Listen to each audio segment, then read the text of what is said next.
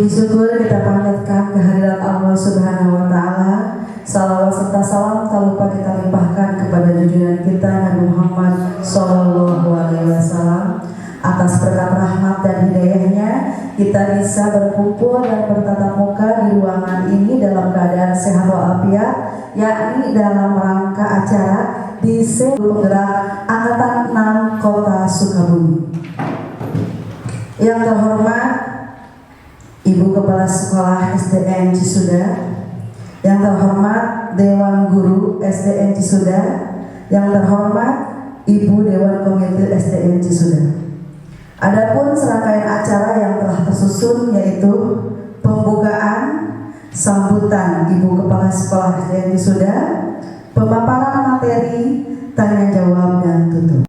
Bahwa pada hari ini kita akan melaksanakan bersama-sama melaksanakan workshop ya, di mana kita alhamdulillah memiliki calon guru penggerak untuk sekolah Cisuda kita.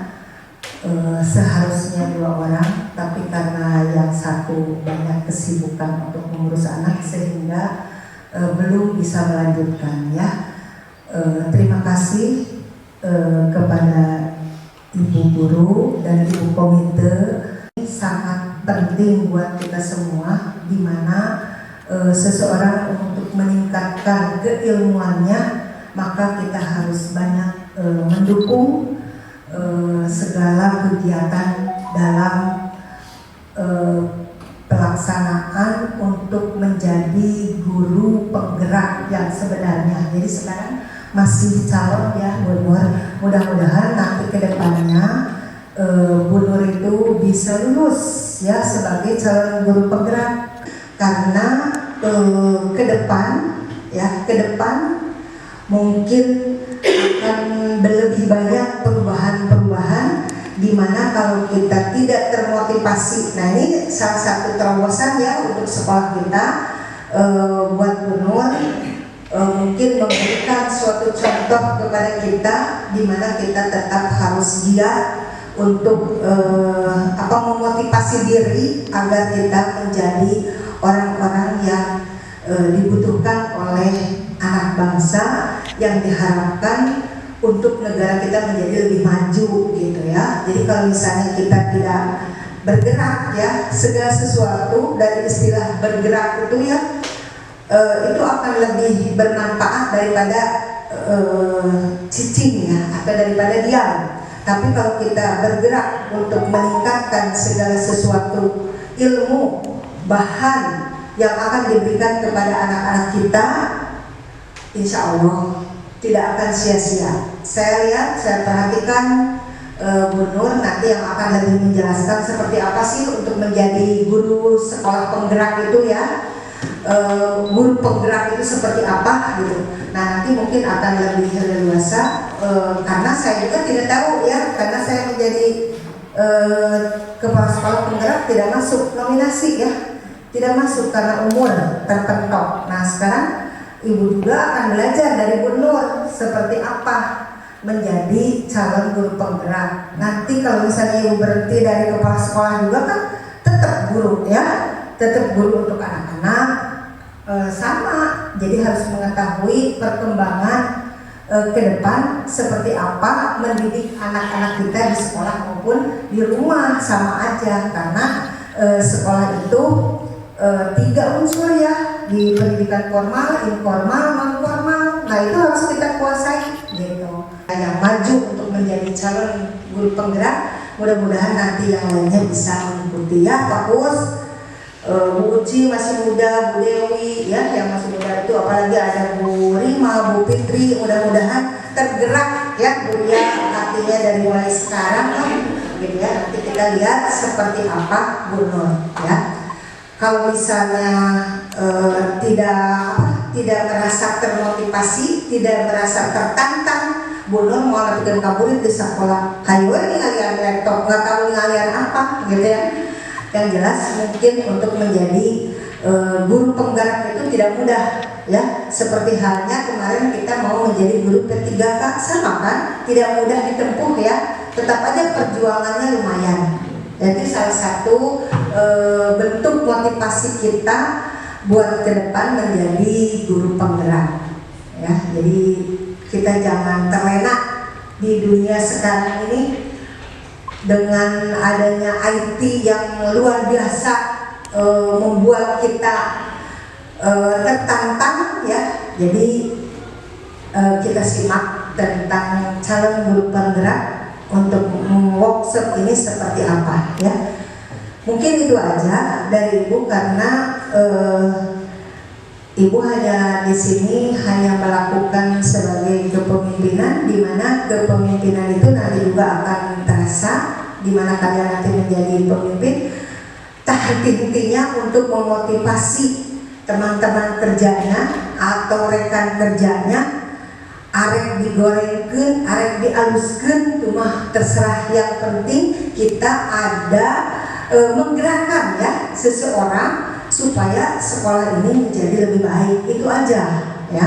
Jadi jangan takut salah, jangan takut bagaimana, yang penting kita maju terus, tantangan ke depan kita hadapi.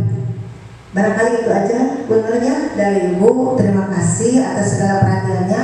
Mohon maaf apabila ada tutur kata yang memang tidak pada tempatnya. Kemudian selamat berjuang ya untuk Bu Nur sebagai guru penggerak. Mudah-mudahan lulus, kemudian bisa nanti melaksanakannya sesuai dengan apa yang sudah dilaksanakan atau dilakukan tentang kegiatan-kegiatan teori-teori guru penggerak.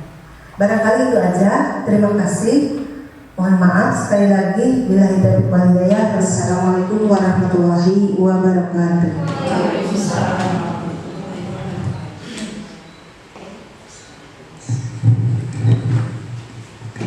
Baiklah, untuk sambutan selanjutnya yaitu pemaparan materi yang akan disampaikan oleh Ibu Nurjana SPD. Untuk itu disilahkan.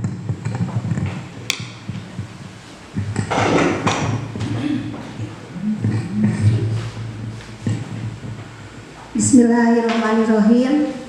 Assalamualaikum warahmatullahi wabarakatuh. Waalaikumsalam warahmatullahi wabarakatuh. Sebelumnya izin yang terhormat Ibu Kepala Sekolah SD Cisuda serta Bapak Ibu Guru yang saya cintai, beserta Ibu Komite yang sudah bersedia meluangkan waktunya untuk turut menghadiri acara yang merupakan tugas saya sebagai calon guru penggerak. Saya berdiri di sini, saya akan memaparkan materi itu, berarti saya sudah menjadi yang hebat, bukan ya, atau bukan berarti saya akan menggurui Bapak Ibu semua, bukan. Tapi ini semua dikarenakan sebagai tuntunan tugas atas pendidikan yang sedang saya jalani, yaitu dimana saya sedang menyelesaikan modul 1, dimana di akhir modul saya harus membuat aksi nyata, yaitu berbagi materi yang sudah saya terima, yang sudah saya pahami kepada Bapak Ibu semuanya. Setelah saya tergerak, kemudian saya bergerak mengikuti pendidikannya, sudah hampir 2 bulan saya mengikuti pendidikannya dengan seaguk tugasnya, dengan segala suka dukanya, dan dengan segala tantangannya. Dan yang terakhir, saya harus mengimplementasikannya, yaitu menggerakkan dirinya. Makanya izinkan saya berdiri di depan Bapak Ibu sekalian pada hari ini, tidak maksud untuk menggurui ya, tetapi hanya ingin berbagi dalam rangka menggerakkan. Materi yang akan saya sampaikan pada kesempatan ini yaitu berbagi aksi nyata modul 14, yaitu budaya positif atau kedisiplinan positif yang harus menjadi budaya ya, harus menjadi budaya positif. Materi yang akan sampaikan pada hari ini: 1. Mengenai perubahan paradigma belajar, 2. Tentang disiplin positif, 3. Motivasi perilaku manusia, 4. Kebutuhan dasar manusia, 5. Posisi kontrol restitusi, 6. Keyakinan kelas, dan 7. Segitiga restitusi. Banyak ya Ibu ya. Tapi insya Allah saya sudah merangkumnya menjadi tidak akan terlalu panjang atau tidak terlalu lama. Berdasarkan pemikiran Ki Hajar Dewantara, pendidikan itu diibaratkan, pendidik itu diibaratkan sebagai seorang petani ya, yang memiliki peranan penting menjadikan tanamannya tumbuh sehat. Bapak Ibu sekalian pasti ya sudah bisa membayangkan bagaimana seorang petani supaya dalam memelihara tumbuhannya itu supaya tumbuh menjadi tanaman yang bisa menghasilkan, tanaman yang tumbuh subur dan berbuah atau berhasil baik. Ya. Seorang petani biasanya dia akan memelihara kondisi tanahnya, memelihara tanaman padinya, memberi pupuk dan air, bahkan membasmi ulat-ulat atau jamur-jamur yang mengganggu hidup tanaman padi dan lain sebagainya. Tujuannya kenapa? Yaitu tadi untuk menghasilkan tanaman yang baik.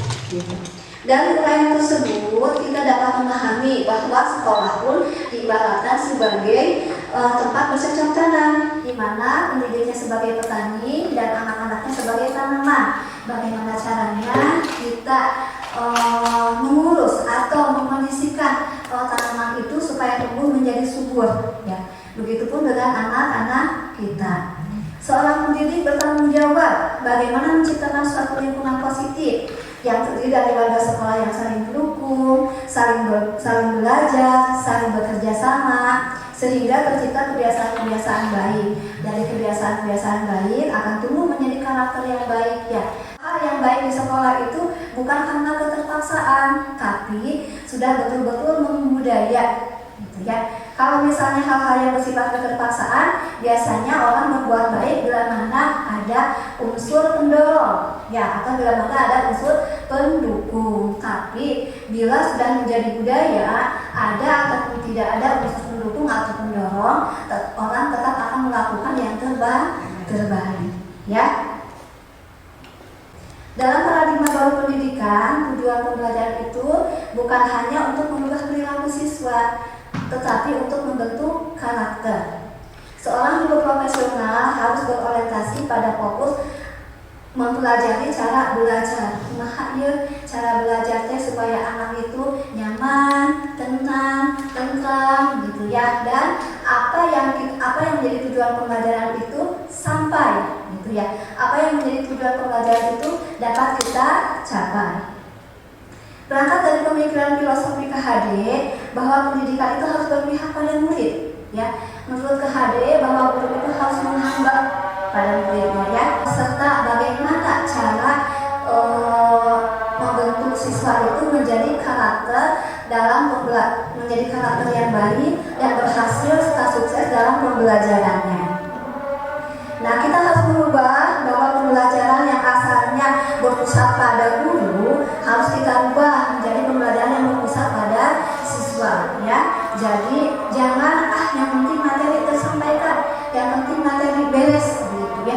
Ini LKS belum selesai, misalnya gitu. Nah, tidak seperti itu. Kita harus melihat kebutuhan belajar murid.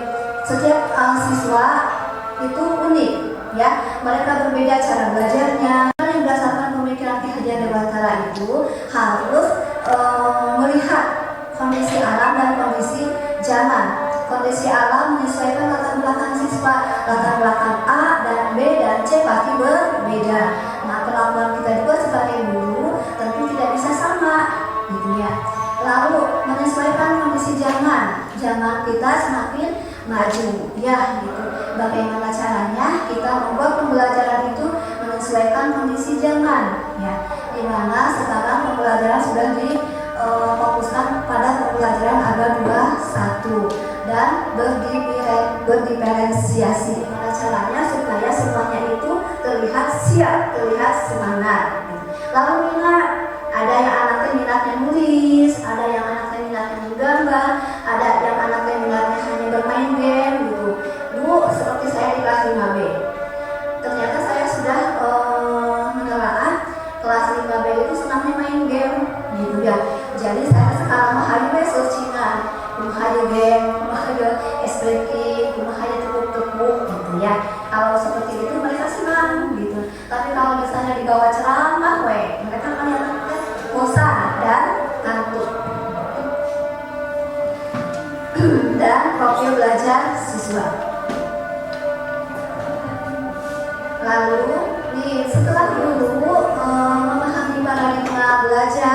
bagaimana cara mengkondisikan yang positif, salah satu strategi yang perlu kita tinjau kembali adalah penerapan disiplin sekolah kita.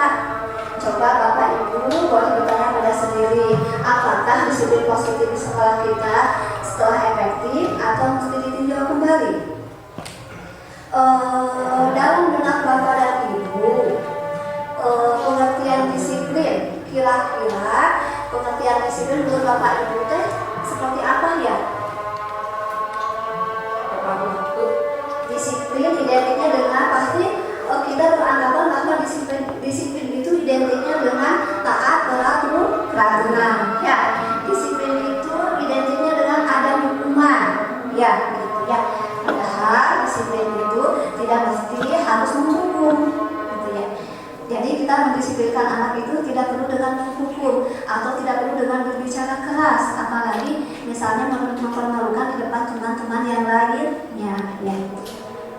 Nih, makna kata disiplin di hadapan dewantara maupun dia di dosen, di mana kedua pakar pendidikan memastikan disiplin itu sebagai bentuk kontrol diri, ya, yaitu belajar untuk kontrol diri agar dapat mencapai suatu tujuan mulia. Jadi disiplin itu bukan berarti taat peraturan, gitu ya. Tapi disiplin itu anak sudah mampu mengontrol diri, ya, mampu mengontrol dirinya untuk dapat mencapai suatu tujuan mulia. Tujuan mulia di sini mengacu pada nilai-nilai atau prinsip-prinsip mulia yang dianggap seseorang. Kita namakan nilai-nilai tersebut sebagai nilai-nilai kebajikan. Nah, atau misalnya hari ini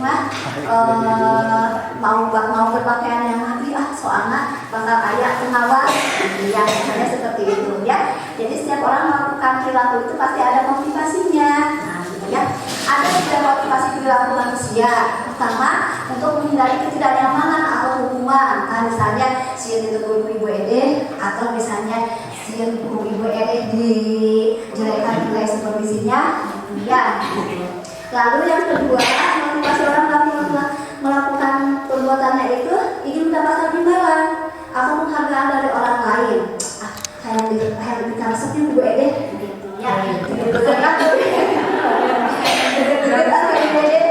Ya, atau kalau misalnya anak, gitu ya, caranya dia berhutang, ibu mau diambilkan ibu enggak, ibu udah makan belum, gitu ya, karena dia ingin mendapatkan perhatian atau ingin mendapatkan penghargaan, ya, sesuai.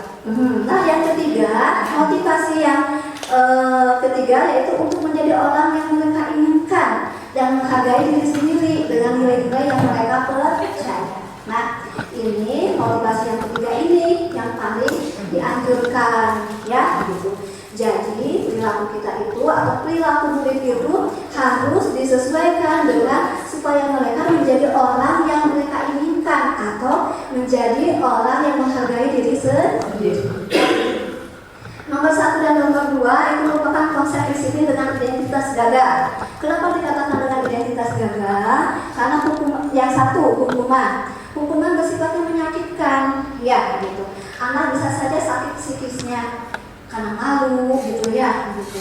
Atau misalnya kalau hukumannya dengan kekerasan, pasti dia akan merasakan sakit fisik. Lalu anak, ya, dan anak akan memperbaiki kesalahannya dengan cara dipaksa, misalnya. Hayo, kata ibu juga, kamu kan harus mengerjakan tugas, so kerja ke ayah nenek, ya. Gitu. Lalu yang keempatnya, murid menyembunyikan kesalahan. Nah, ini yang berbahaya. Anak menjadi tidak jujur, ya, karena dia menghindari hukuman atau menghindari ketidaknyamanan. Akhirnya mereka menyembunyikan, berbohong, gitu ya. Bu asal mengerjakan PR, bilang udah bu mengerjakan PR, udah bu, gitu ya. Jadi itu membentuk anak yang tidak jujur. Lalu anak menjadi rendah diri, ya, bilang kadang-kadang kita tidak sadar ya kalau misalnya di kelas ada anak yang berbuat kesalahan, kita langsung poin menegur, gitu ya, atau menyerekan. Cuma pengalaman adiknya, gitu, habis waktu itu, ya, gitu, kadang-kadang langsung nangkep, gitu. Oh, ternyata hal itu sangat tidak dibenarkan, ya, karena membuat anak sakit hatinya, menjadi rendah diri, gitu ya. Atau misalnya kalau misalnya dia merasa tersinggung dengan teguran gurunya, atau misalnya itu saya dulu waktu pertama-tama ngajar, saya sering ngejewel murid. akhirnya pasti menurut ada salah satu murid saya yang kalau dia saya guru tukang ngajewer, nah ya walaupun dia sudah di SMA tapi pasti ingat guru pernah dijewer, nah seperti itu ya. Tapi itu benar manis, Bu. Nah yang kedua penghargaan juga sama, itu identitas disiplin gagal karena tidak efektif. Kita itu guru tuh selalu mencari cara untuk memberikan penghargaan, kumaha cara memuji gitu ya. Kadang-kadang guru juga kalau lagi bete atau misalnya kalau lagi paciwo gitu ya, kadang-kadang kata-kata pujian atau sanjungan itu tidak keluar juga kan dari mulut kita ya gitu. Lalu yang keduanya merusak hubungan gitu. Pasti kalau misalnya ada anak yang dekat dengan guru, disayang dengan guru akan menimbulkan kecemburuan bagi mereka yang jauh ya gitu. Lalu mematikan kreativitas gitu. Jadi anak berbuatnya sudah pada imbalan, kayak dimuji, kayak dapat nilai gitu ya. Jadi dia bukan karena kreativitas sendiri. Nah dari ketiga itu konsep disiplin dengan identitas sukses ada dua. Ini yang pertama konsekuensi mana ada mending disebutnya ya.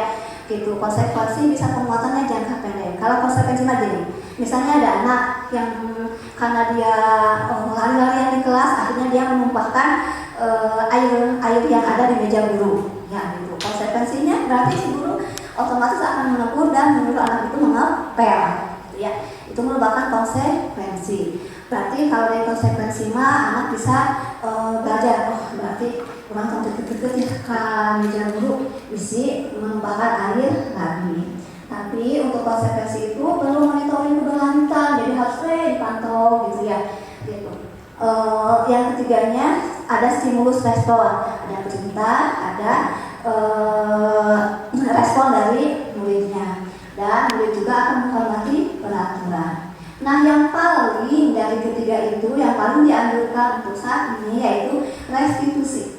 Ya, karena restitusi itu yang tadi ketiga itu ya. Nih, untuk menjadi orang yang mereka inginkan dan menghargai diri sendiri dengan nilai-nilai yang mereka percaya itu, yaitu kita melakukannya caranya dengan restitusi. Ya, dari restitusi itu murid menjadi bertanggung jawab untuk perilakunya. Memang tidak instan, gitu ya, tapi butuh berkali-kali atau misalnya butuh proses, gitu ya. Lalu anak akan fokus pada pemecahan masalah jangka panjang.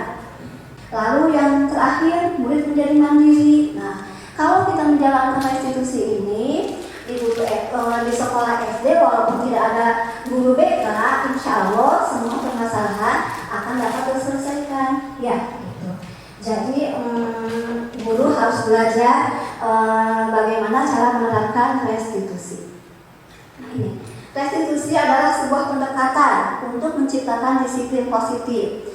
Restitusi itu proses menciptakan kondisi murid untuk memperbaiki kesalahan mereka sehingga mereka bisa kembali pada kelompok mereka dengan karakter yang lebih kuat, gitu ya. Bukan dengan luka psikis atau misalnya bukan dengan rasa takut, tapi mereka sudah sadar, oh, kalau melakukan kesalahan ini berarti saya sudah melanggar nilai kebaikan ini, gitu ya. Jadi anak akan mempunyai kesadaran intrinsik atau kesadaran sendiri. Setelah tiap kelas membentuk keyakinan kelas, kemudian kita membentuk keyakinan sekolah, gitu ya, untuk dapat menciptakan lingkungan positif di sekolah kita. Kemudian restitusi membantu murid menjadi lebih memiliki tujuan, disiplin positif dan memulihkan dirinya setelah berbuat salah. Penekanannya bukanlah pada bagaimana berperilaku untuk menyenangkan orang lain atau menghindari ketidaknyamanan, namun tujuannya adalah menjadi orang yang menghargai nilai-nilai kebajikan yang mereka percaya. Lalu yang keempatnya kita akan pada materi kebutuhan dasar manusia. Bapak dan Ibu di kelas mungkin ya, terutama di kelas Ibu Fitri ya, sering ada anak yang misalnya jalan-jalan gitu ya, atau teman-teman belajar, penulis dia mah jalan-jalan gitu ya, atau ada anak yang selalu ngobrol misalnya, atau misalnya ada selalu yang bertanya gitu ya. Nah itu setiap perilaku manusia itu didasarkan pada kebutuhannya gitu ya. Coba Bapak Ibu guru tanya, misalnya ada anak yang hobinya jalan-jalan di kelas panggil gitu ya. Coba tanya, sayang kenapa? Sedih aja gitu ya. Nah, mungkin ibu, aku di keluarga, nah gitu ya, nanti akhirnya dia curhat. Nah, mungkin ada kebutuhan dasar yang di rumahnya tidak terpenuhi, terbawa ke sekolah. Ya, 5 kebutuhan dasar manusia menurut Dr. William Glasser ada 5, yaitu pertama kebutuhan akan kesenangan. Gitu ya. Tapi saja dia anak yang tidak mau diam atau anak yang tidak aktif dalam belajar, dia membutuhkan kondisi atau situasi belajar yang menyenangkan, gitu ya. Karena kebutuhan kesenangannya belum terpenuhi. Yang keduanya kebutuhan akan cinta dan kasih sayang. Ya, ada anaknya yang puji-puji, itu ya, gitu ya. Ada anak yang selalu ingin ditunjuk menjadi pemimpin. Berarti dia itu kebutuhannya ingin menjadi penguasa atau ingin berkuasa atau ingin memimpin. Ya. Lalu yang keempatnya kebutuhan dasar yaitu adalah kebebasan. Mungkin anak ingin belajarnya itu diberikan kebebasan. Nah, dalam pembelajaran saat ini sesuai kurikulum Merdeka kan ada pembelajaran berdiferensiasi ya. Gitu. Nah, kita bisa memberikan kebebasan pada anak disesuaikan dengan minat dan bakatnya atau disesuaikan dengan kemampuannya. Misalnya anak di kelas tidak sama kan ya, ada yang kemampuan membacanya sedang, ada yang kemampuan membacanya kurang, ada yang kemampuan membacanya cepat. Nah, gitu ya. Tadi yang disampaikan disiplin ya. Bagaimana dengan istilah biasa? Ya apa? Bisa itu kan terbiasa. Jadi ada pembiasaan yang kita lakukan. Contoh lah, yang terkecil anak membawa sendal. Kalau tidak ada reward dan punishment kan tidak akan seru dan anak pun tidak akan nurut lagi. Iya. Bagaimana dengan tadi yang disampaikan oleh Ibu berkaitan dengan pembiasaan itu? Ada istilah kan harus dipaksa dulu jadi terbiasa seperti itu. Nah itu mungkin Iya. karena saya lihat tadi sangat bertolak belakang dengan hal itu.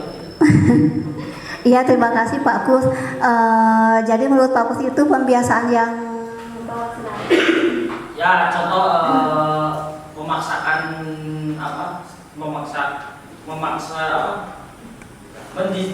cara mendisiplinkan dengan cara sedikit dipaksa.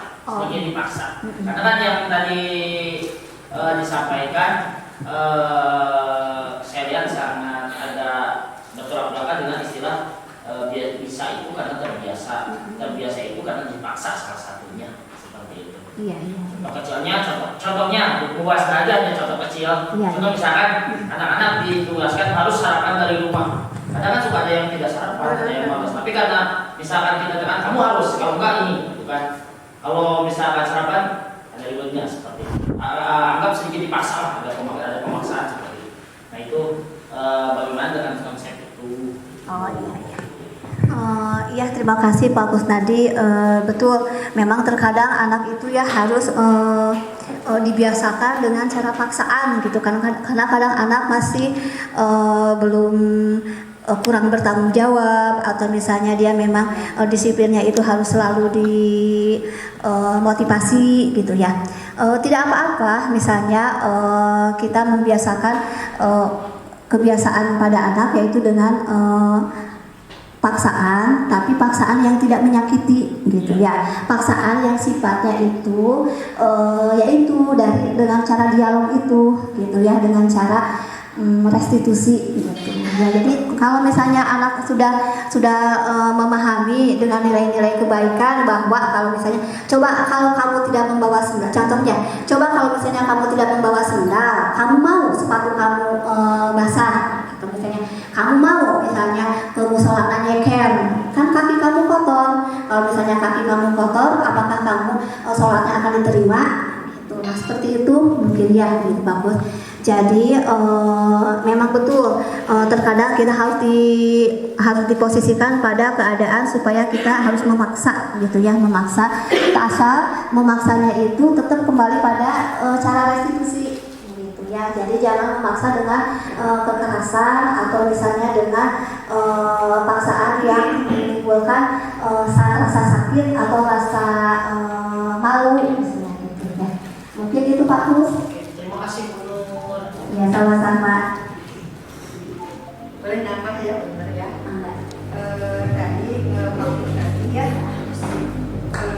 tentang maksa ya. Memang seseorang itu tidak boleh saling memaksa ya, harus dengan kesadaran diri sendiri.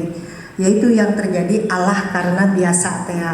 Tapi untuk anak-anak di dalam pendidikan yang penting sikap guru atau seorang guru dalam memaksakan terhadap anak untuk melakukan disiplin atau untuk menurut kepada peraturan-peraturan yang sudah diberikan kepada anak, maka pasti itu paksaan terjadi. Tapi boleh memaksa asal kita tetap jaga bahwa memaksa dalam sifatnya mendidik. Dalam koridor. Ya, dalam koridor, tidak keluar dari itu. Koridor. Karena kita sebagai pendidik. Jadi anak juga pirangkulah bahwa kedisiplinan itu memang kita kan diterapkan ya. Cuma saya di sekolah kita candi tulis tentang disiplin. Misalnya kedepannya ya mudah-mudahan seperti itu ya untuk semuanya. Dalam paksa memaksa terhadap anak untuk meningkatkan kedisiplinan itu sah-sah aja, tapi tidak keluar dari koridor kita sebagai pendidik. Jadi tetap pendidikan. Nah itu ya. Terima kasih Bu.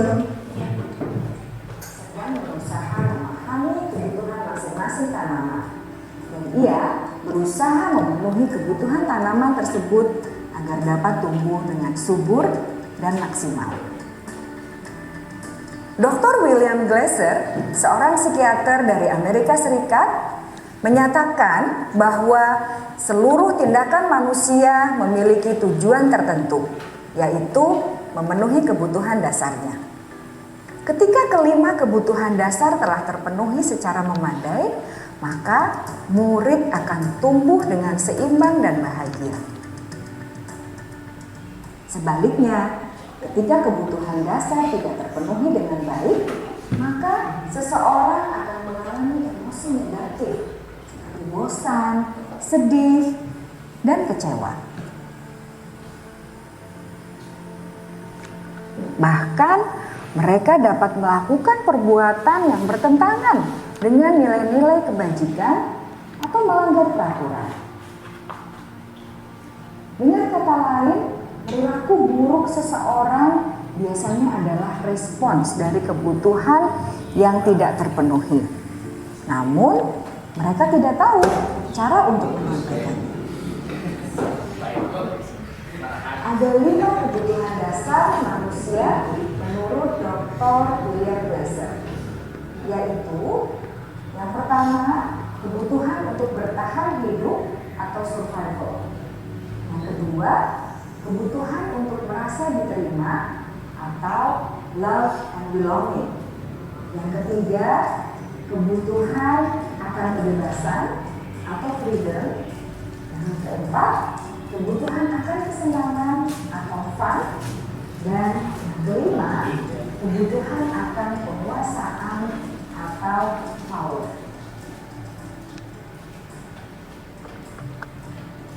Kebutuhan dasar yang pertama adalah kebutuhan yang bersifat fisiologis untuk bertahan hidup atau survival. Misalnya, kesehatan, rumah, dan makanan. Kebutuhan biologis menjadi bagian dari proses reproduksi, termasuk kebutuhan untuk tetap bertahan. Kebutuhan untuk merasa aman juga termasuk dalam kebutuhan ini.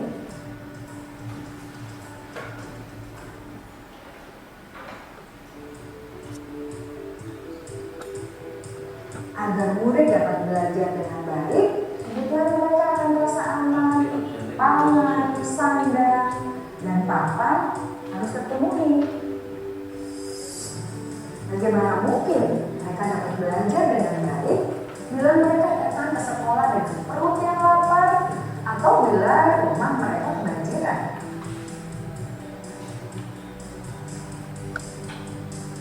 Setelah kita mengetahui kebutuhan pertama yang sebagian besar bersifat fisiologis, mari kita lihat kebutuhan kedua sampai kelima yang semuanya berhubungan dengan psikologis. Mari kita lihat kebutuhan yang kedua, yaitu kebutuhan akan perasaan diterima oleh kelompok atau komunitasnya, atau kebutuhan love and belonging. Kebutuhan ini meliputi keinginan untuk tetap terhubung dengan orang lain seperti teman, keluarga, teman kerja, dan kelompok di mana kita tergabung. Setiap murid ingin menjadi bagian yang berharga dari kelas dan juga sekolah. Mereka juga ingin diterima oleh orang lain dan kelompoknya. Bahkan murid yang terlihat paling cuek pun jauh di dasar hatinya pasti ingin merasa diterima. Sebagai guru seharusnya kita dapat menerima murid kita apa adanya, sesuai dengan kodratnya. Karena setiap murid adalah unik. Mereka memiliki kekuatannya masing-masing, sehingga guru seharusnya bisa menciptakan kesempatan untuk murid kolaborasi dan memiliki ikatan emosi satu sama lain. Murid-murid yang memiliki kebutuhan yang besar untuk merasa diterima, biasanya mereka belajar karena suka pada gurunya, dan mereka juga suka bekerja dalam kelompok. Kebutuhan yang ketiga adalah kebutuhan akan kebebasan atau kebutuhan membuat pilihan. Murid harus diberi kesempatan untuk membuat pilihan dan bertanggung jawab atas pilihan yang mereka telah ambil. Memberi mereka kebebasan bukan berarti membiarkan mereka melakukan apa saja yang mereka mau, melainkan lebih memberi mereka kesempatan untuk membuat pilihan, menyuarakan pendapat mereka dengan percaya diri, dan memberi mereka kesempatan untuk mencoba hal-hal yang baru. Pembelajaran dengan metode yang beragam dan menarik juga akan memenuhi kebutuhan murid tentang kebebasan ini. Pembelajaran berdiferensiasi, di mana guru menyediakan beberapa jenis tugas yang bisa diberi oleh murid sesuai dengan mereka, sangat baik untuk mengembangkan murid menjadi lebih mandiri dan memiliki motivasi internal. Karena kebutuhan akan kebebasan pada dasarnya adalah kebutuhan untuk mandiri, memiliki otonomi, memiliki pilihan, dan mampu mengendalikan arah hidupnya sendiri.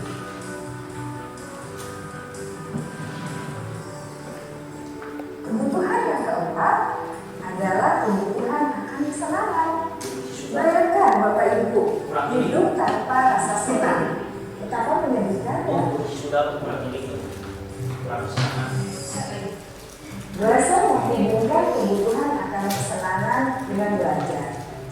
Jangan sepelekan kebutuhan murid untuk merasa senang di kelas.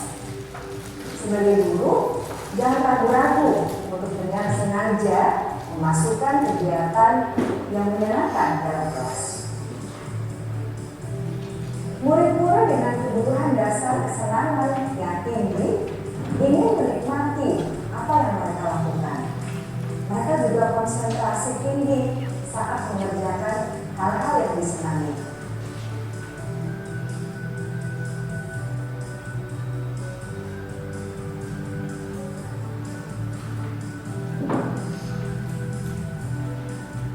Kebutuhan yang kelima adalah kebutuhan akan penguasaan. Setiap murid memiliki kebutuhan untuk merasa kompeten, menjadi terampil, diakui pencapaian dan keterampilannya, didengarkan, bisa membuat dampak dan pengaruh, dan memiliki rasa harga diri. Mereka sebaiknya diberi kesempatan untuk membuat keputusan tentang hal-hal yang penting dalam hidupnya dan tidak merasa dikontrol oleh sistem sekolah. Pada murid yang telah menginjak usia remaja, Seringkali mereka merasa tidak memegang kendali atas kehidupannya sendiri, karena guru kerap kali berpengaruh dalam mengambil keputusan. Murid-murid yang memiliki kebutuhan dasar akan penguasaan yang tinggi biasanya selalu ingin menjadi pemimpin. Mereka juga suka mengamati sebelum mencoba hal-hal yang baru. Mereka juga perfeksionis dan merasa kecewa bila melakukan kesalahan.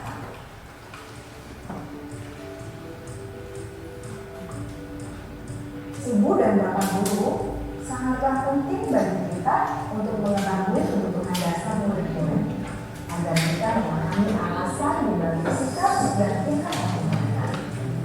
Bila murid berperilaku buruk atau melanggar peraturan sehingga tindakannya tidak sesuai dengan nilai-nilai kebajikan, maka guru harus mencari tahu alasan yang mendasari tindakan tersebut dan kebutuhan dasar dari guru tersebut.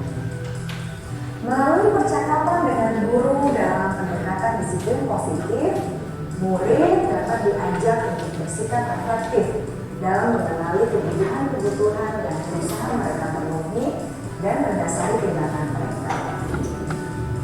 Jika guru mengabaikan perilaku murid, maka perilaku tersebut akan berpengaruh pada suasana kelas yang kurang kondusif dan akan berpengaruh pada tujuan dari pendidikan itu sendiri. Sudah ya, Ibu ya. Bapak guru Kita lanjutkan. Jadi dalam rangka menjadikan atau membentuk siswa yang berdisiplin positif dan membentuk lingkungan yang positif, kita harus mengetahui posisi kontrol restitusi, ya gitu. Misal sebagai contoh, saya akan memberikan pertanyaan.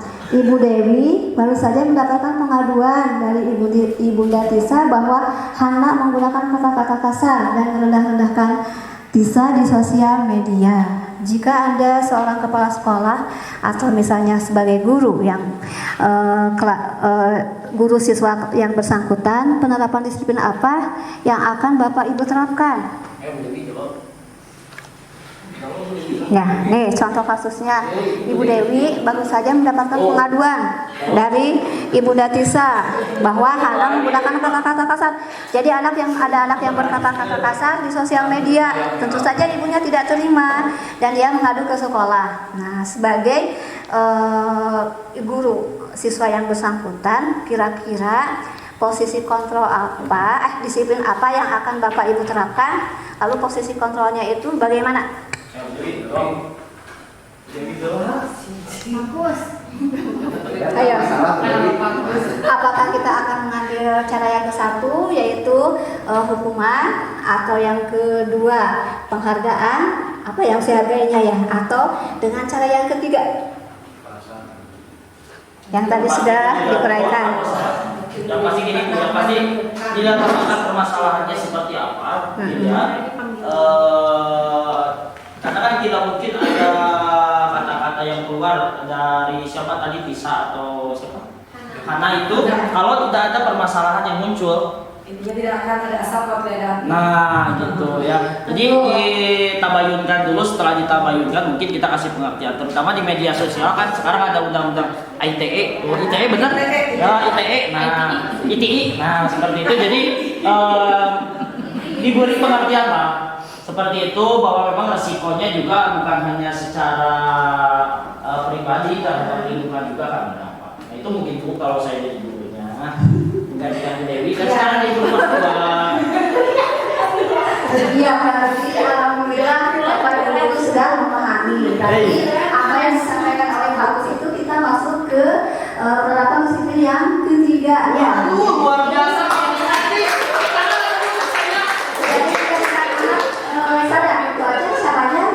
Harus berdialog terlebih dahulu, mencari alasan dasar kenapa dia berbuat seperti itu, ya gitu.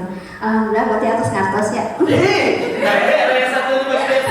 Nah, ada 5 posisi kontrol menurut Diana dosen dalam cara kita menerapkan disiplin, ya. Di antaranya posisi kontrol itu restitusi. Salah satu program yang dikembangkan adalah 5 posisi kontrol. 5 posisi kontrol dalam restitusi adalah proses perjalanan seorang pendidik agar dapat mengenali dirinya. Pada video kali ini adalah 1. Posisi penghukum, 2. Posisi pembuat merasa bersalah, 3. Posisi teman, 4. Posisi pemantau atau monitor, dan 5. Posisi manajer. Untuk lebih memahami kelima posisi tersebut, mari kita saksikan kasus Naren yang terlambat hadir 20 menit di sekolah dan melihat bagaimana kelima posisi kontrol dalam menghadapi masalah tersebut.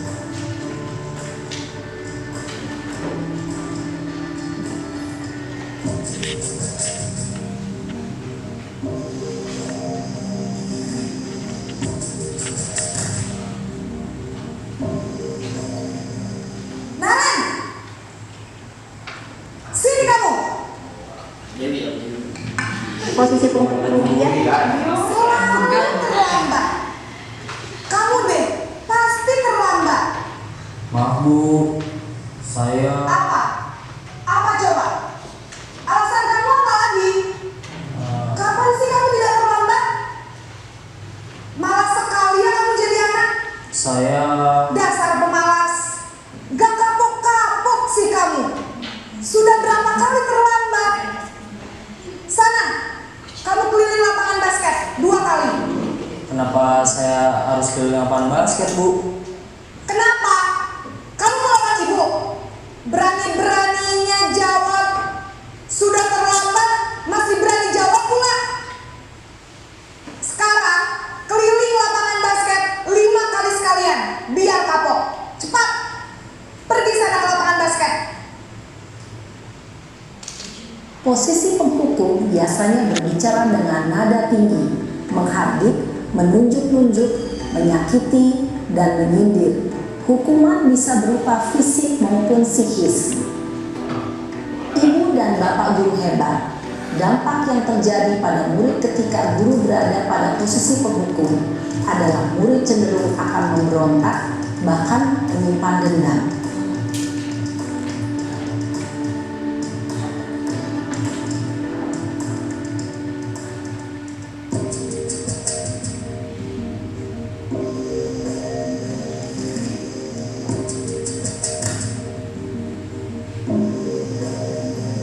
Naren,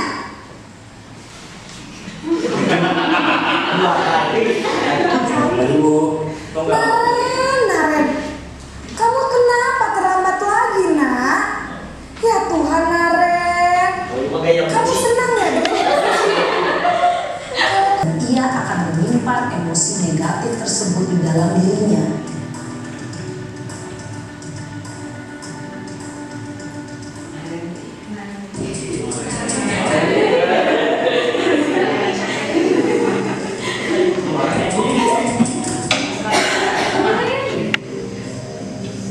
Naren,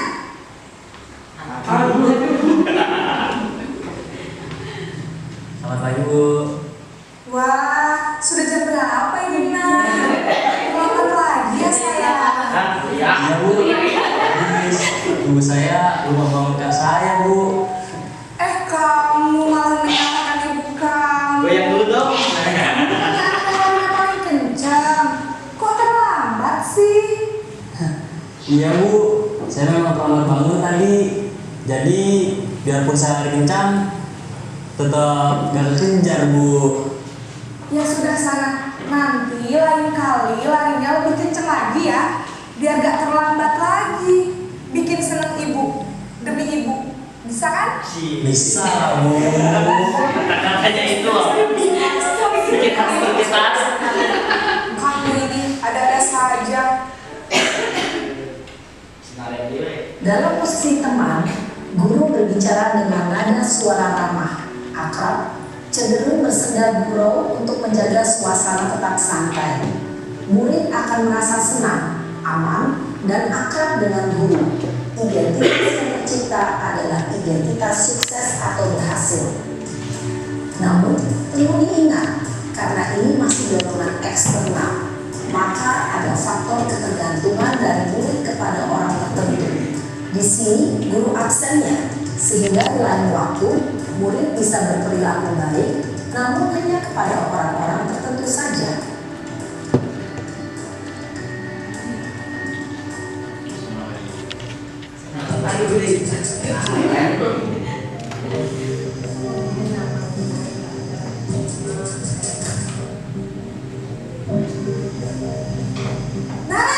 Aduh. Selamat pagi Bu. Naren, apa peraturan sekolah kita tentang jam berapa kita harus masuk sekolah, nak? Kita harus di sekolah jam 7 Bu. Iya betul, sekarang sudah jam 7.20. Naren sudah tahu konsekuensinya jika terlambat hadir. Paham Bu, saya harus tinggal kelas pas jam istirahat selama 20 menit. Iya benar, konsekuensinya demikian. Jadi nanti jam 9.30 pas istirahat, kamu harus tinggal di kelas, kerjakan tugas tambahan untuk ketertinggalan kamu, ya? Baik Bu. Posisi pemantau mengandalkan penghitungan atau data untuk mengontrol murid. Guru mengarahkan murid berdasarkan peraturan dan konsekuensi. Seorang pemantau menunjukkan bahasa tubuh dan ekspresi wajah yang datar dan cenderung formal.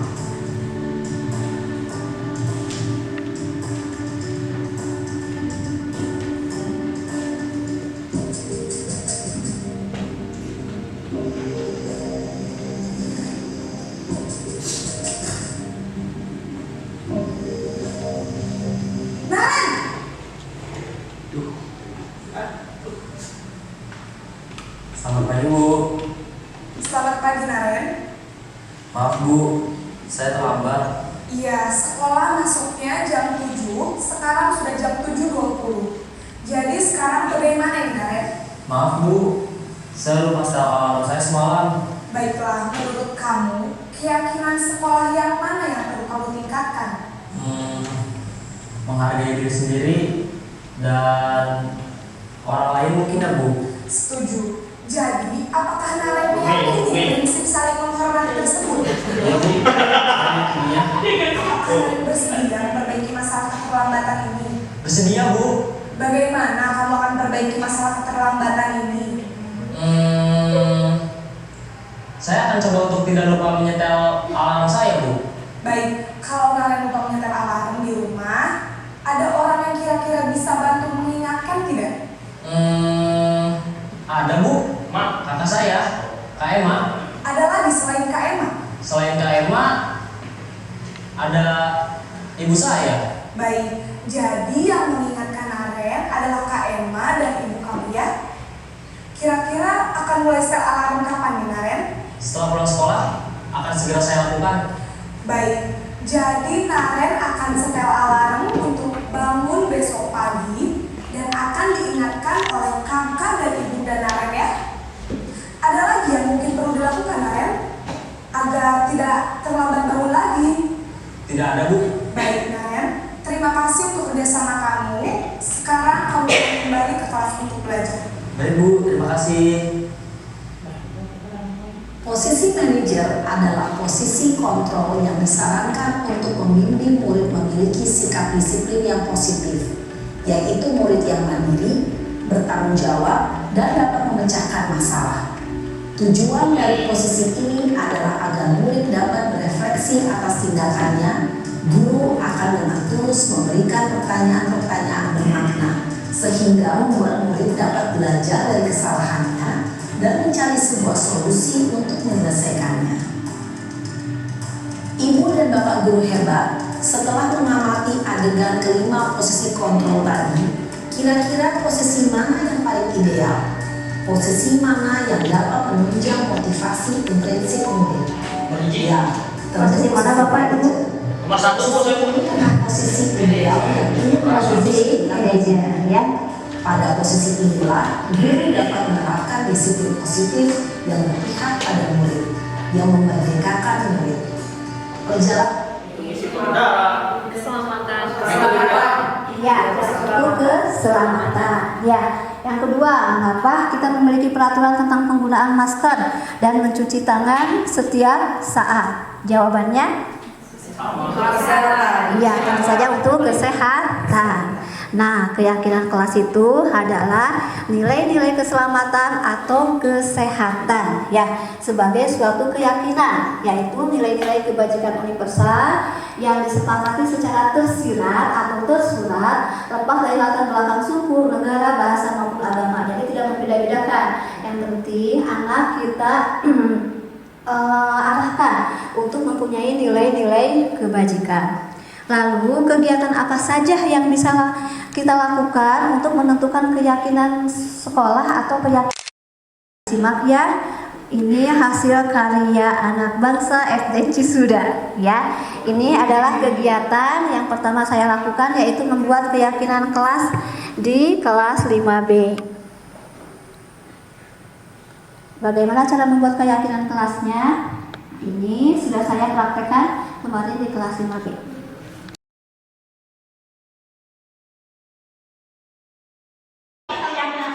Nilai-nilai kebaikan yang akan kita terapkan dimulai dari kelas, kemudian sampai di sekolah ya.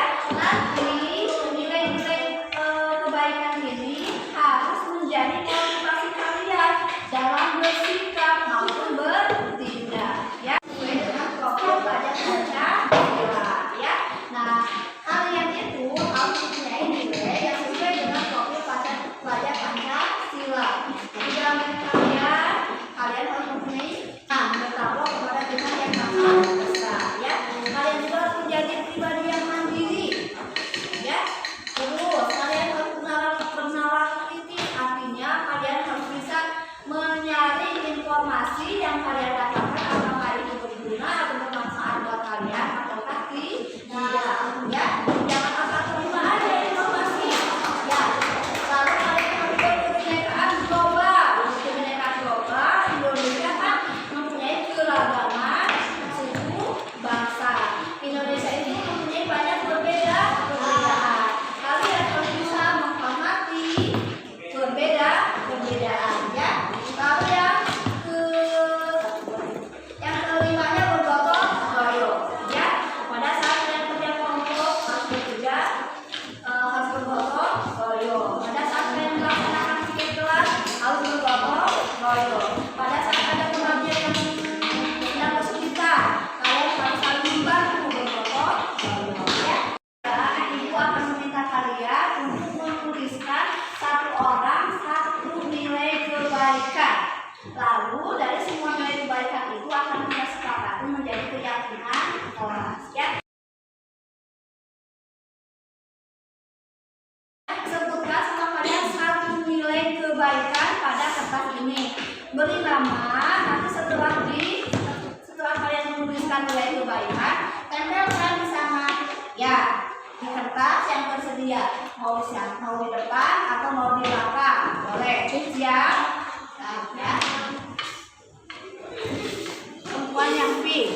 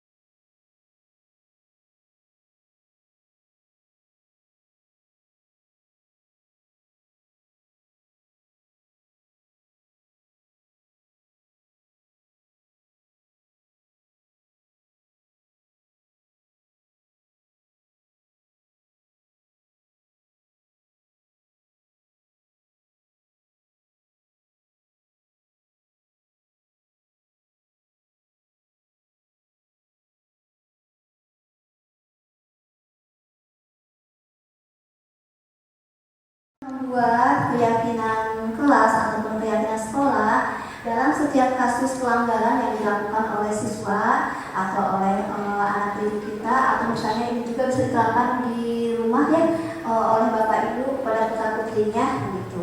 Kita melaksanakannya dengan cara segitiga restitusi ya. Diana Gosen dalam bukunya telah menerangkan sebuah tahapan untuk memudahkan para guru dan orang tua dalam melakukan proses untuk menyiapkan anaknya untuk melakukan restitusi, diberi nama segitiga restitusi. Nah, jadi kalau misalnya anak melakukan pelanggaran, kita menyelesaikannya itu dengan cara restitusi, yaitu dengan menjalankan segitiga restitusi. Dimulai dari garis dasar, yaitu menstabilkan identitas. Jadi pada saat anak bersalah, kita tidak menyalahkan anak, gitu ya. Tapi kita seolah-olah melupakan, gitu ya, dengan berkata begini, setiap tidak apa-apa, setiap orang pasti melakukan kesalahan, atau misalnya tidak apa-apa, tidak hanya kamu kok yang berbuat seperti ini, orang lain juga pernah melakukannya, gitu ya. Jadi anak dibesarkan dulu hatinya. Nah, setelah itu kemudian kita ke sisi yang kedua, yaitu validasi tindakan yang salah. Tetapkan kita harus mengarahkan anak atas tindakan salah yang telah diperbaikinya, misalnya dengan bertanya, menurut Rio, apakah sudah benar kita mengejek teman kita dengan sebutan nama orang tua? Nah, si anak akan menyadarinya, tidak bu, gitu ya, misalnya. Lalu setelah kita memvalidasi tindakan anak yang salah, kemudian kita kaitkan dengan keyakinan kelas yang sudah kita buat di kelas, gitu ya. Menurut Rio, keyakinan kelas mana yang harus diperbaiki? Dia kan misalnya tadi mengejek temannya ya, berarti keyakinan kelasnya pada menghormati, harus menghormati orang lain. Nah, dia akan sadar keyakinan kelas mana yang harus dia perbaiki, menghormati orang lain bu. Misalnya dengan cara apa? Tidak mengejek orang lain, atau misalnya harus selalu bersikap sabar, atau misalnya harus selalu menghargai orang lain ya, gitu. Jadi nanti anak akan diarahkan pada kesadaran dirinya untuk memperbaiki dirinya dan meningkatkan nilai-nilai baik yang diyakininya. Untuk lebih jelasnya, ini ada penjelasan beserta contoh kasus. Sisi pada segitiga restitusi. Sisi pertama adalah menstabilkan identitas. Sisi yang kedua adalah validasi tindakan yang salah. Dan sisi yang ketiga adalah menanyakan keyakinan. Ibu dan bapak guru, berikut ini akan ditunjukkan bagaimana seorang guru berada dalam posisi manajer menggunakan penerapan segitiga restitusi.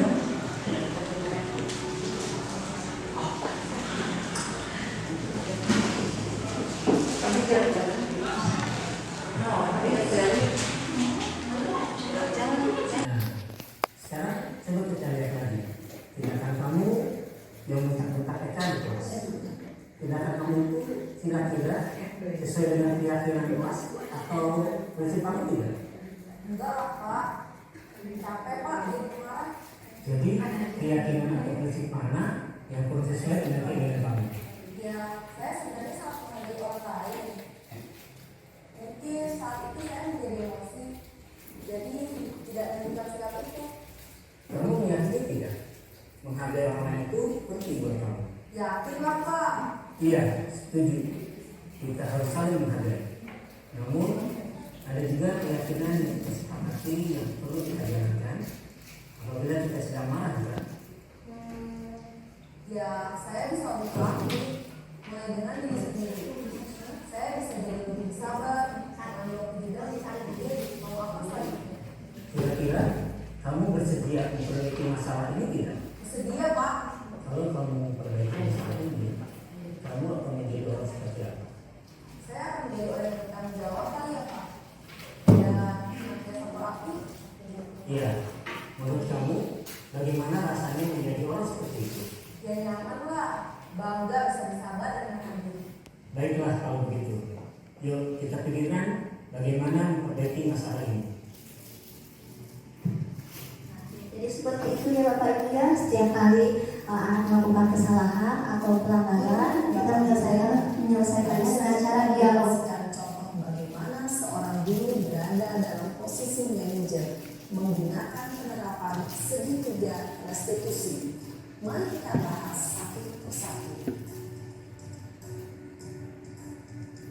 Pada sisi pertama, menstabilkan identitas berdasarkan pada prinsip bahwa membuat kesalahan adalah bagian dari proses pembelajaran.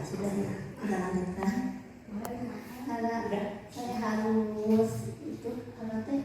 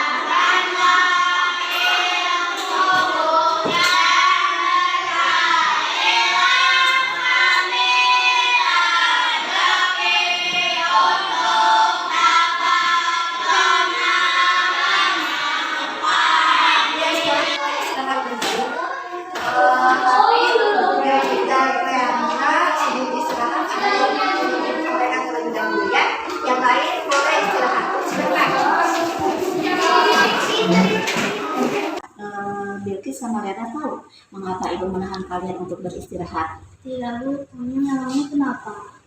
Tadi sewaktu berdoa sebelum belajar, ibu melihat kalian berdua tidak ikut berdoa, tetapi ngobrol sambil cekikikan. Mengapa? Maafkan kami Bu, jadi kami berdua lagi seru menceritakan film yang kebetulan sama kami tonton semalam.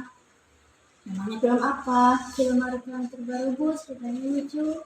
Ya Bu, kita berdua sama-sama menyukai film Cibi Marukocan. Sama, ibu juga suka dengan Cibi Marukocan. Nanti kita sama ya. Ibu juga pasti akan seperti kalian karena bercerita dengan teman itu sesuatu yang menyenangkan, bukan? Iya Bu. Menurut Bilkis dan Leandra, apakah sikap kalian tadi sudah benar? Tidak Bu, sebaiknya kami ikut berdoa. Benar Bu, kami seharusnya tidak seperti itu. Baiklah, kalau demikian, menurut Bilkis dan Leandra, keyakinan kelas apa yang perlu kalian tingkatkan? Aktif dalam berdoa ya Bu. Sikap menghormati ya Bu, dan berdoa dengan khusyuk. Bilkis dan Leandra yakin kalau yang kalian sebutkan itu merupakan sesuatu hal yang penting. Kami yakin Bu. Betul, namun ada keyakinan kelas yang sudah kita sepakati, yaitu kesatuan terhadap Tuhan Yang Maha Esa yang kita tunjukkan dengan sikap berdoa sebelum dan sesudah melakukan kegiatan, bukan? Iya Bu. Kalau begitu, apakah Bilkis dan Leandra bersedia untuk memperbaikinya? Tentu saja bersedia Bu. Bagaimana cara kalian akan memperbaikinya? Tidak mengomong dan bercanda saat berdoa Bu. Yakini bahwa berdoa sebelum dan setelah kegiatan adalah hal yang harus dilakukan dengan baik Bu. Oh, hebat. Ibu bangga dengan kalian. Sekarang boleh kalian istirahat? Ya. Tanggapan saya, cara ibu guru menyadarkan kami dari kesalahan sudah berubah dan hal ini saya sangat setuju. Kami tidak dibuat malu di depan teman-teman atas kesalahan yang diperbuat. Tanggapan saya dengan cara yang dilakukan ibu guru sangat menyenangkan, tidak membuat kami malu dan tersalah. Ibu guru membimbing kami untuk menyadari kesalahan dengan bertanya yang membuka kesadaran saya untuk berperilaku lebih baik lagi dan tidak mengulanginya.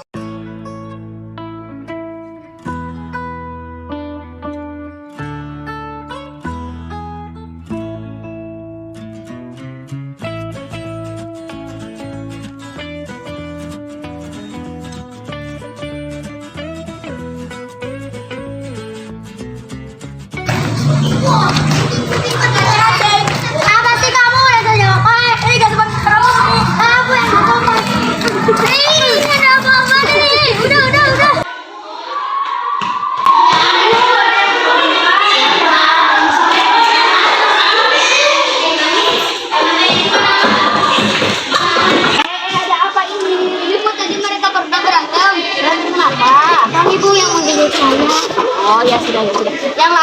boleh masuk ke kelas. Tani sama Nafisa ikut ibu ya.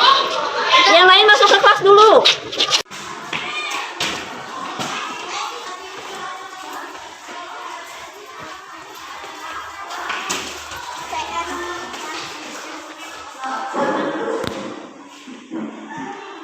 Apa yang terjadi dengan Nafisa dan Tommy hari ini? Tommy itu yang mulai duluan. Dia mengecek saya dengan temannya bapak saya. Saya kesal, Bu. Oh begitu, iyalah ibu jika pada Nafisa pasti ibu kesal. Lalu bagaimana dengan Tommy? Apa benar yang menceritakan Nafisa? Ya Bu, tapi maksudnya hanya bercanda. Karena bisa marah. Lalu mengejek saya, Bu. Bahwa daerah segala. Saya tidak terima lah. Lalu apa yang kamu lakukan untuk melampiaskan rasa tidak terima itu? Saya memukul Nafisa, Bu. Dan akan memukul lagi karena Nafisa juga memukul saya. Apakah kamu sudah merasa bahwa tindakannya itu benar? Itu ada teman yang lain, kalau tidak, kamu bisa berbuat kegagalan, bukan? Tidak benar, Bu, karena masih mencelakakan orang lain. Baiklah, ibu tidak akan mencari kesalahan dan siapa yang salah. Jadi kita sama-sama mencari penyelesaian dari masalah ini. Menurut Tommy, apakah tindakan Tommy mengejek Nafisa dengan sebutan nama orang tua dan memukulnya sudah sesuai dengan keyakinan kelas dan keyakinan Tommy? Tidak. Tidak, Bu, sebenarnya saya ingin menjadi orang yang tidak lisan dan memukul orang lain. Lalu bagaimana dengan Nafisa? Apakah tindakan Nafisa membalas mengejek Tommy dan memukulnya sudah sesuai dengan keyakinan kelas dan keyakinan Nafisa? Tidak sesuai, Bu. Baiklah, kira-kira keyakinan kelas yang mana yang perlu Nafisa dan Tommy ditingkatkan lagi? Saling menghormati dan menghargai, Bu. Nafisa dan Tommy yakin kalau sikap saling menghormati dan menghargai itu sangat penting. Begitu, Bu. Ya setuju, kita memang harus saling menghormati dan menghargai agar benar. Tapi ada kejadian yang sudah kita sepakati, bagaimana sikap kita dalam bergaul dengan teman, bukan? Yang dimulai dari diri sendiri, tidak mudah tersinggung, marah, dan harus sabar. Iya, Bu. Menjaga sikap dan ucapan yang dapat menyinggung atau menyakiti orang lain. Bagus, ibu setuju. Lalu kira-kira apakah Tommy dan Nafisa bersedia untuk memperbaikinya? Bersedia, Bu. Dengan cara apa kalian akan memperbaikinya? Kami selalu meminta maaf, Bu. Ya, Bu. Dan kami akan meningkatkan keyakinan kami dalam bergaul dengan teman. Setuju, ibu bangga dengan kalian. Sekarang silakan kalian saling memaafkan dengan berjabat tangan. Maafin aku ya, Bu. Bagus, kalau begitu sekarang silakan kalian kembali ke kelas masing-masing. Terima kasih ya. Tanggapan saya sangat bangga dengan cara Ibu Guru menyelesaikan masalah. Ibu Guru tidak berpihak kepada siapapun, tetapi menuntun kami kepada sikap baik yang harus kami lakukan dalam bergaul dengan teman.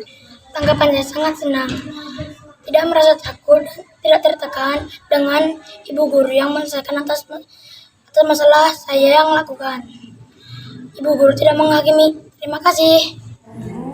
Alhamdulillah materi diseminasi berbagi aksi nyata modul 1.4 ini sudah selesai saya sampaikan.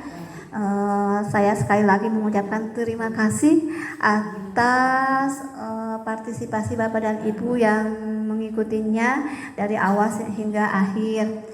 Terima kasih ke Bapak Ibu Guru ya, terima kasih yang tidak terhingga dan juga kepada Ibu Komite yang juga setia mengikuti sampai akhir acara.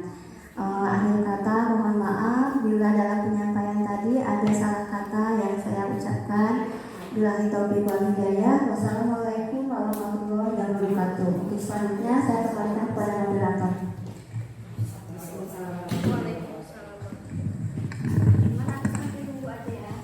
Baiklah, demikian pemaparan, sambutan dan lain sebagainya sudah selesai ya. Alhamdulillah begitu banyak ilmu yang kita dapat hari ini ya Mah ya.